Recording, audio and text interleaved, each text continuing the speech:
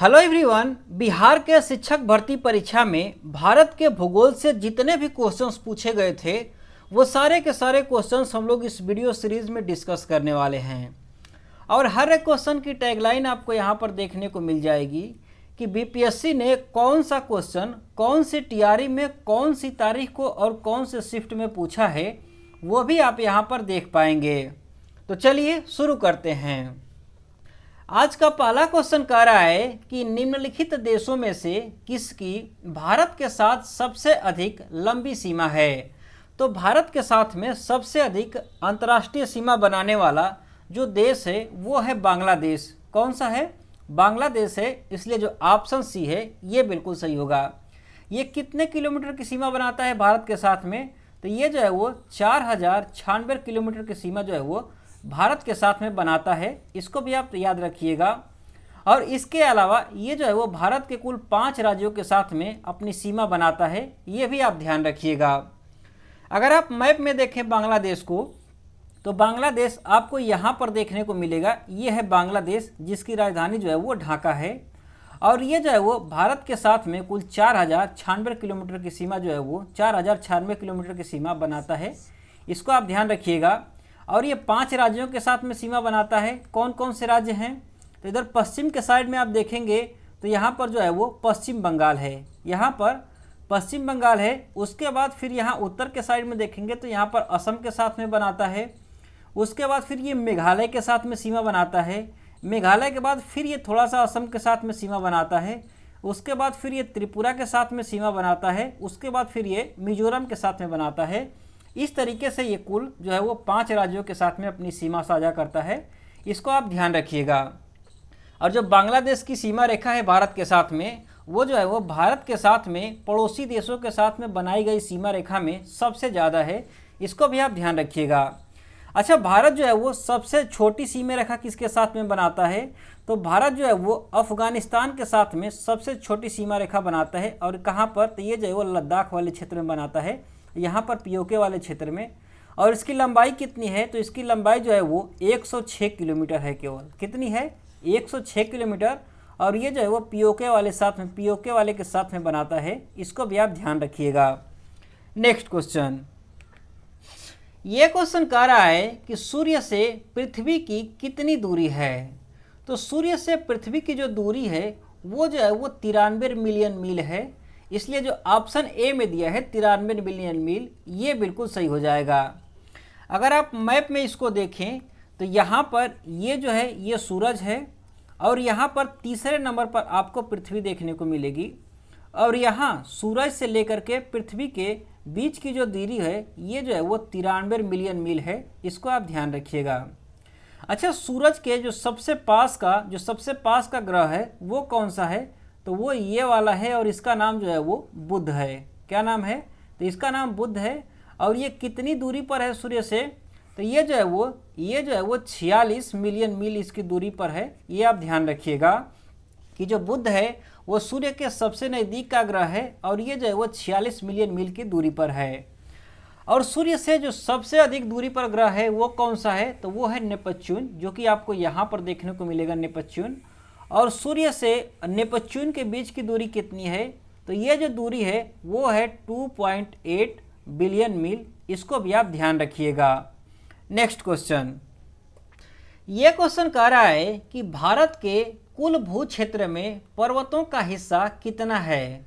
तो भारत का जो कुल भू क्षेत्र है अर्थात भारत के पास जितनी भी भूमि है उसमें से कुल जो है वो लगभग 29.7% में जो है वो पर्वत हैं भारत के।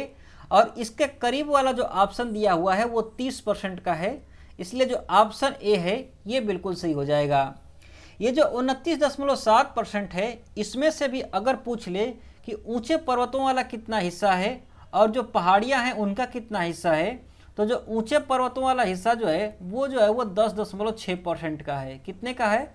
10.6% का। और जो पहाड़ियां हैं वो कितने परसेंट में है?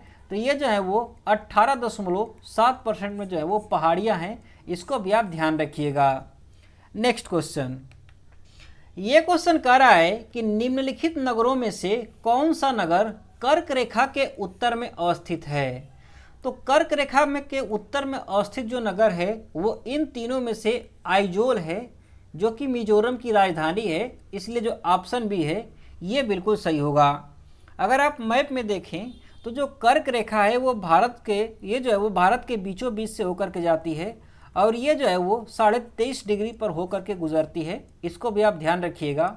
और ये कहाँ से होकर के जाती है, तो ये जो है वो भारत के 8 राज्यों से होकर के जाती है। कौन कौन से राज्य हैं, तो यहाँ पर सबसे पहले गुजरात से होकर के जाती है, फिर यहाँ पर राजस्थान से, उसके बाद फिर ये मध्य प्रदेश से, मध्य प्रदेश के बाद फिर झारखंड छत्तीसगढ़ से, छत्तीसगढ़ के बाद फिर ये झारखंड से जाती है, झारखंड के बाद फिर ये पश्चिम बंगाल, पश्चिम बंगाल के बाद फिर ये त्रिपुरा में, और त्रिपुरा के बाद फिर ये मिजोरम होते हुए ये निकल जाती है। इस तरीके से ये कुल 8 राज्यों से होकर के गुजरती है।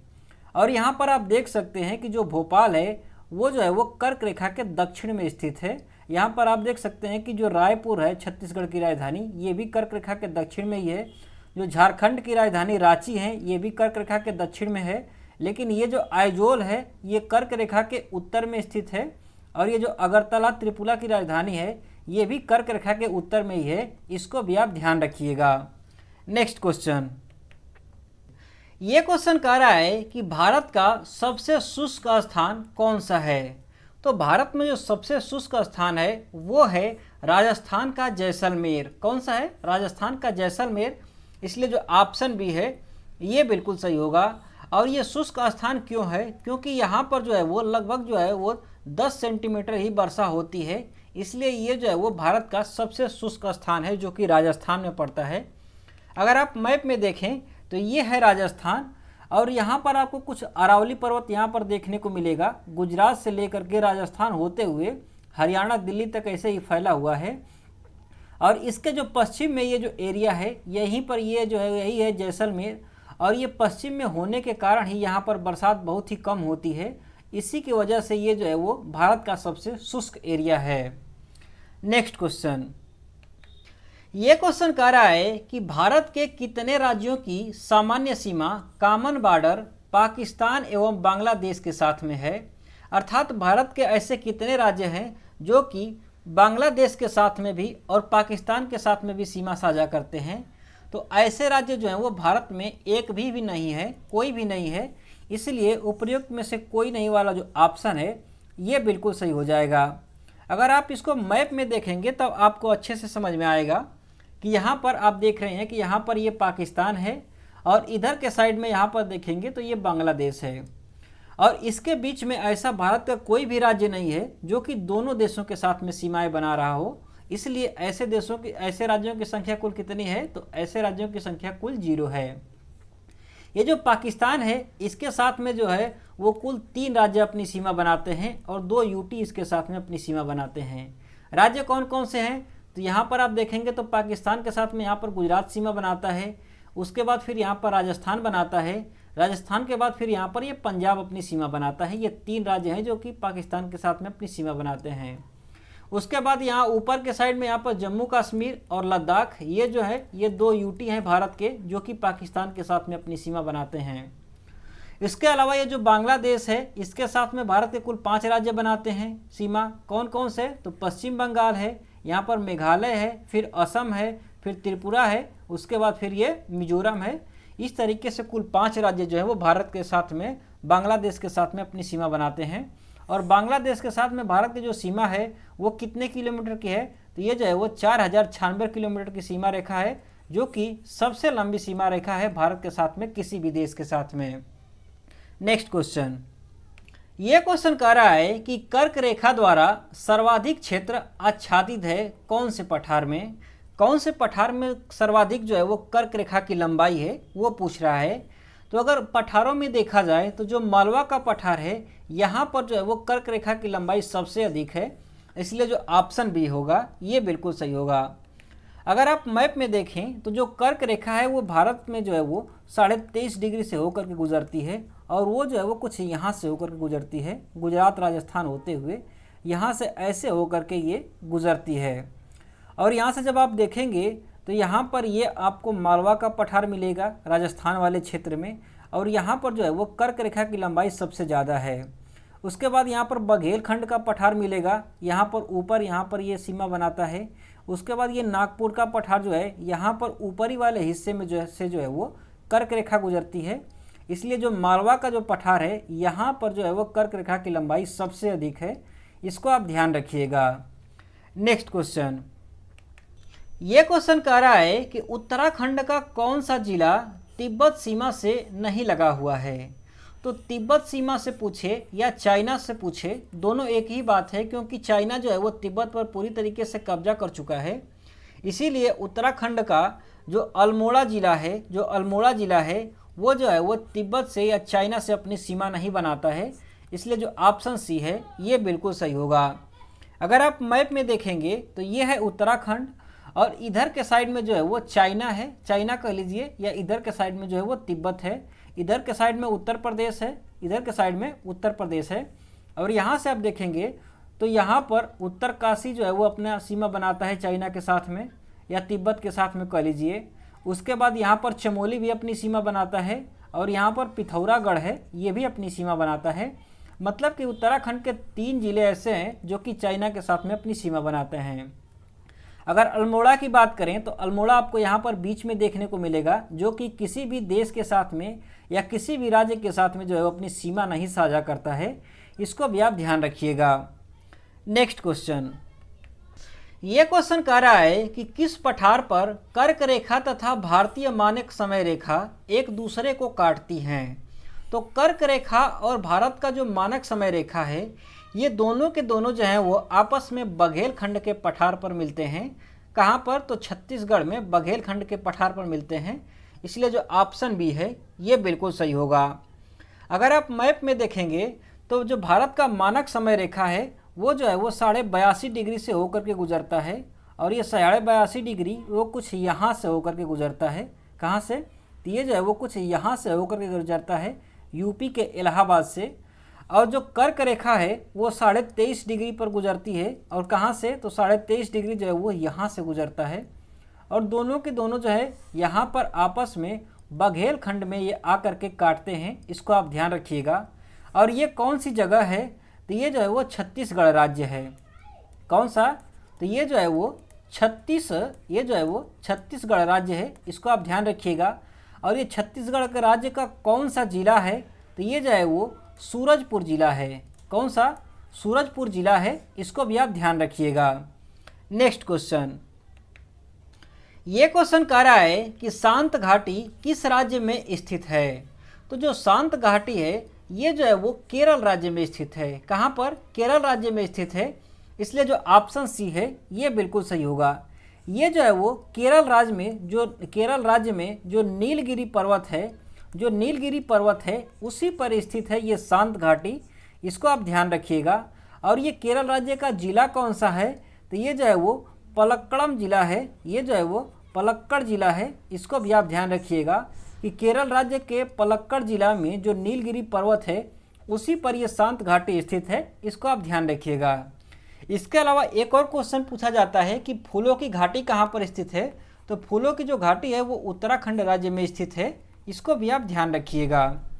नेक्स्ट क्वेश्चन, ये क्वेश्चन कह रहा है कि निम्नलिखित श्रेणियों को उत्तर से दक्षिण की ओर क्रम में व्यवस्थित कीजिए।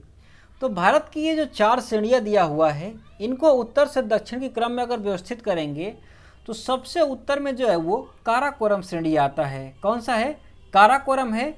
उसके बाद फिर जो है वो लद्दाख श्रेणी आता है, लद्दाख के बाद फिर जो है वो जास्कर श्रेणी है, और जास्कर के बाद जो है वो फिर पीर पंजाल श्रेणी है।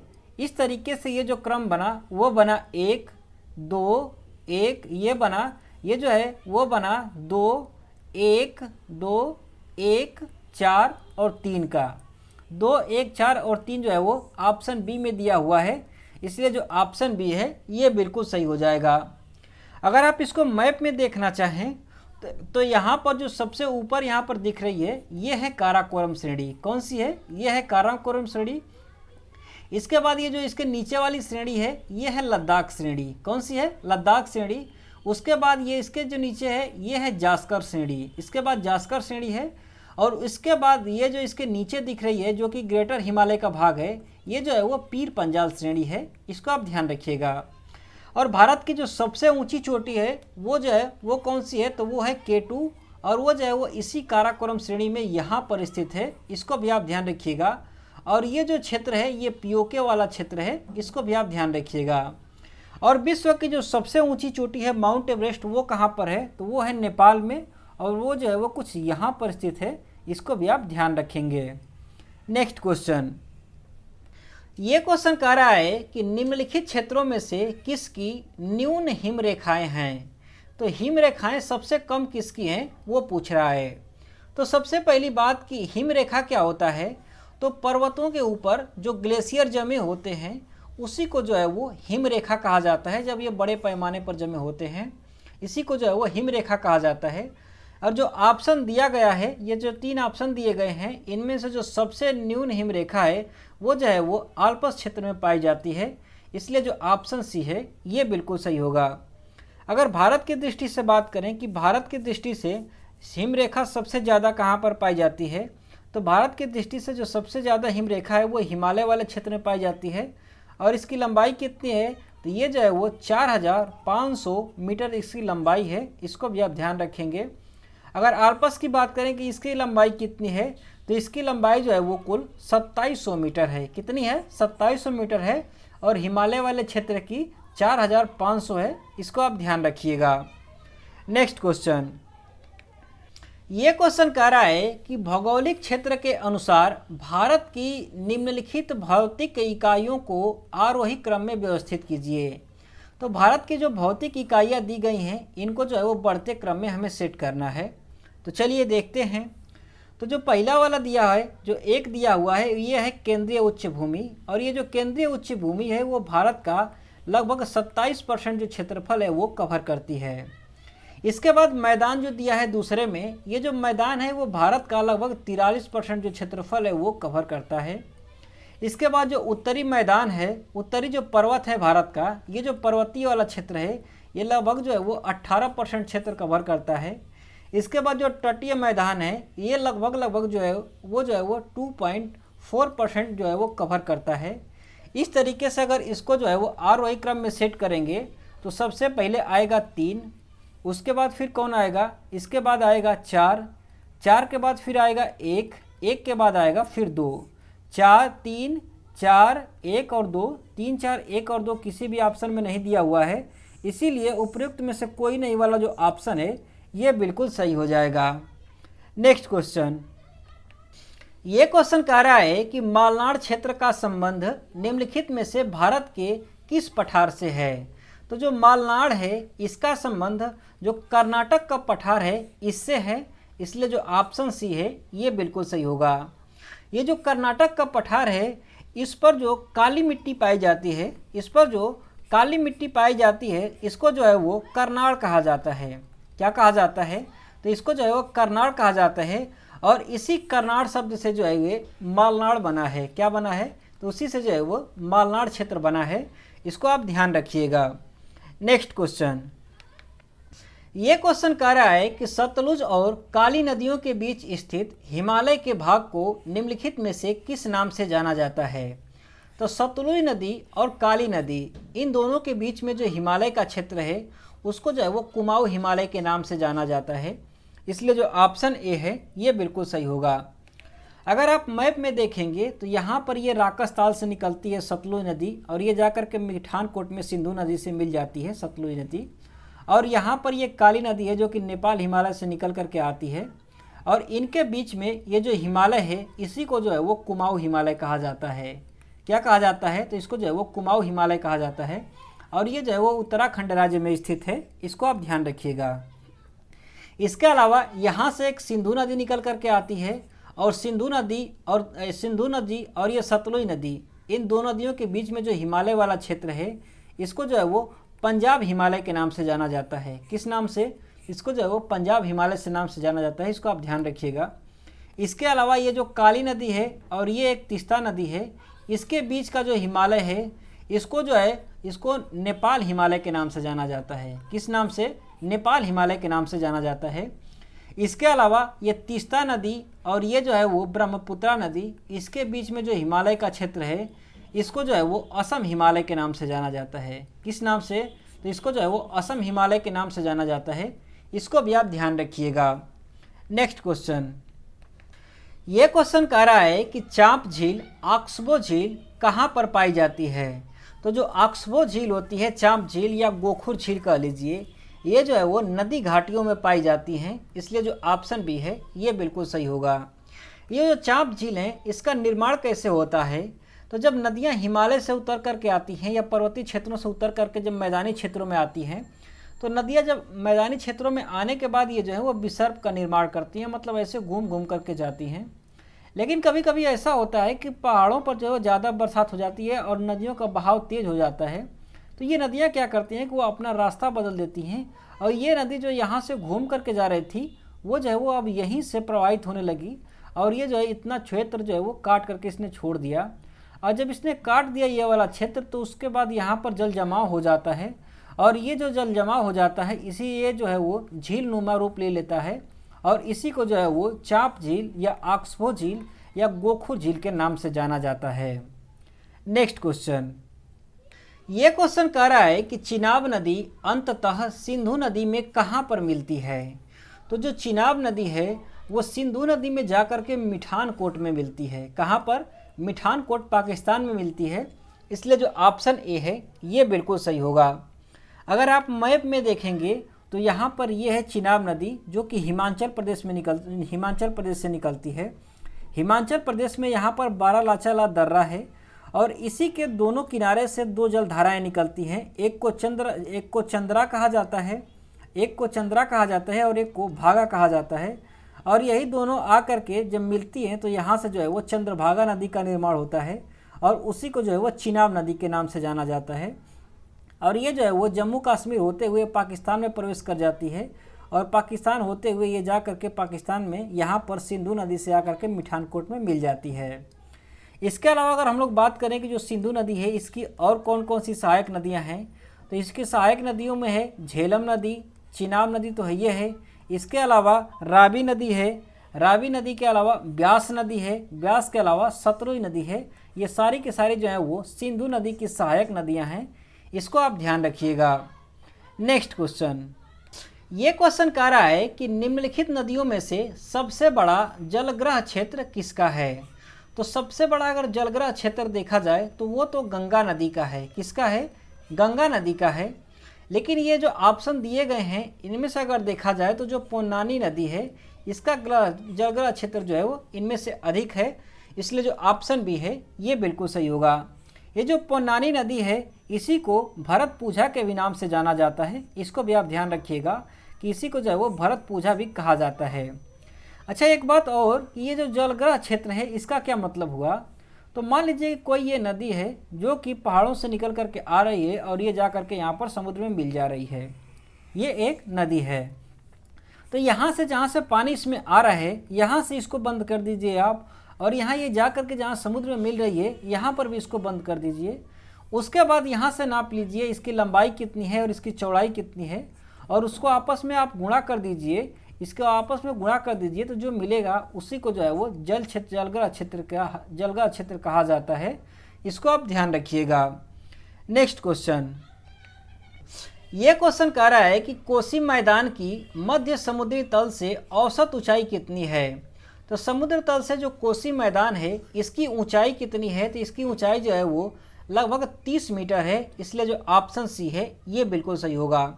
अगर ये ऑप्शन सेंटीमीटर में पूछ ले तो कितना सेंटीमीटर होगा, तो ये हो जाएगा 3000 सेंटीमीटर। कितना हो जाएगा? 3000 सेंटीमीटर हो जाएगा।